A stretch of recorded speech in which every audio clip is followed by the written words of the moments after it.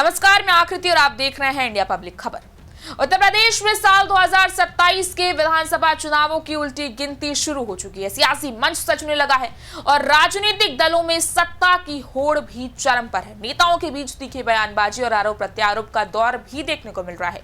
सीधा टकराव इस वक्त समाजवादी पार्टी और सत्तारूढ़ एनडीए में देखने को मिल रहा है। एक तरफ जहां अखिलेश यादव राम मंदिर चढ़ावा चोरी विवाद और उसके साथ तमाम सारे मुद्दों को लेकर सरकार पर लगातार हमलावर है, तो वहीं यूपी की सियासत में पियर का चचा के नाम से मशहूर योगी कैबिनेट में मंत्री ओम प्रकाश राजभर भी इस वक्त अखिलेश के खिलाफ मोर्चा खोले हुए हैं। और इसी सियासी उबाल के बीच अब पाला बदलकर दूसरे खेमे में गए विधायक और नेताओं के बयान लगातार चर्चा में रहे हैं। खासकर बीते चुनाव में सपा खेमे से बीजेपी में आने वाले दोनों नेताओं के बयान बीते कुछ दिनों से ही लाइमलाइट में रहे हैं।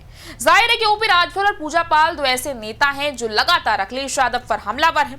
पिछले दिनों समाजवादी पार्टी का दामन छुटककर भाजपा के पाले में आई विधायक पूजा पाल ने सपा प्रमुख अखिलेश यादव पर अब तक का सबसे तीखा और बड़ा राजनीतिक हमला बोला है। अखिलेश यादव द्वारा पूछे जाने वाले सवाल कि क्या मिला का जवाब देते हुए पूजा पाल ने सोशल मीडिया प्लेटफॉर्म एक्स पर एक लंबा और आक्रामक पोस्ट लिखकर पूरी सपा लीडरशिप को कटघरे में खड़ा कर दिया है। पूजा पाल ने अखिलेश यादव को दो टूक शब्दों में जवाब देते हुए कहा कि उन्हें गर्व है कि वह पाल समाज की बेटी है और आज दुनिया की सबसे बड़ी अनुशासित राजनीतिक पार्टी यानी कि भाजपा का हिस्सा है। पूजा पाल ने अपने सोशल मीडिया पोस्ट के जरिए भारतीय जनता पार्टी की कार्य संस्कृति की दमकर तारीफ की और सपा को उसकी वंशवाद की राजनीति के लिए आड़े हाथों लिया। पूजा पाल ने लिखा कि भाजपा एक ऐसी लोकतांत्रिक पार्टी है जहां किसी भी सामान्य कार्यकर्ता को उसकी जाति या परिवार के आधार पर नहीं बल्कि उसकी अपनी कार्य क्षमता के दम पर आगे बढ़ने का पूरा अवसर मिलता है। उन्होंने आगे दावा किया कि ये सिर्फ भाजपा में ही संभव है जहां पाल समाज का कोई बेटा या बेटी अपनी योग्यता के बल पर विधायक, सांसद, मंत्री, उप मुख्यमंत्री, मुख्यमंत्री, राज्यपाल और यहां तक कि प्रधानमंत्री और राष्ट्रपति जैसे देश के सर्वोच्च पदों तक पहुंच सकता है। अखिलेश यादव पर सीधा निशाना साधते हुए उन्होंने आरोप लगाया समाजवादी पार्टी में आम कार्यकर्ताओं का कोई भविष्य नहीं है, वहां सिर्फ कुछ गिने चुने परिवारों और बड़े नेताओं से जुड़ी करीबियों को ही तरजीह दी जाती है जिससे जमीनी कार्यकर्ताओं का दम घुटता है। एक्स पर पोस्ट करते हुए उन्होंने लिखा, श्री अखिलेश यादव जी, आप पूछ रहे थे कि मुझे क्या मिला, आज आपके प्रश्न का जवाब देती हूँ। अखिलेश जी, मुझे गर्व है कि मैं पाल समाज की बेटी हूँ और भाजपाई हूँ। मैं उस पार्टी में हूँ जहाँ चाय वाला भी प्रधानमंत्री बन सकता है, ये मेरी क्षमता पर निर्भर करता है। अखिलेश जी, मैं उस पार्टी में हूँ जहाँ पाल समाज का बेटा या बेटी विधायक, सांसद, मंत्री, उप मुख्यमंत्री, मुख्यमंत्री, राज्यपाल, प्रधानमंत्री या राष्ट्रपति बन सकता है। सपा में अतीक, मुख्तार आजम और सैफई परिवार के अलावा किसी का कोई भविष्य न पहले कभी था और न होगा। यही नहीं, पूजा पाल ने एक और एक्सपोस्ट करते हुए अखिलेश यादव से एक तीखा सवाल भी किया। उन्होंने लिखा, श्री अखिलेश यादव जी, आज आप किस अधिकार से पिछड़ों और महिलाओं की बात करते हैं? मैं पिछड़े पाल समाज से हूँ, एक महिला हूँ और आपकी ही पार्टी से विधायक भी रही। मेरे पति का हत्यारा जब मिट्टी में मिला और मैंने माननीय मुख्यमंत्री श्री योगी आदित्यनाथ एवं उनकी सरकार को धन्यवाद दिया तो आपने मुझे पार्टी से निकाल दिया। आपके चाचा रामगोपाल यादव जी ने कहा, अतीक अहमद को मारने वालों को सत्ता में लौटने पर सजा मिलेगी, हम वक्त का इंतजार कर रहे हैं। आपने एक बार भी उनके इस बयान के खिलाफ कुछ नहीं कहा, मौन रहे। श्री अखिलेश यादव जी, सही मायने में कहूं तो आपको सिर्फ यादव और मुस्लिम की चिंता है, गैर यादव ओबीसी की किसी अन्य जाति के लोगों से आपका कोई लेना देना नहीं है। आप सिर्फ और सिर्फ हम गैर यादव पिछड़ी जातियों के शोषक हैं।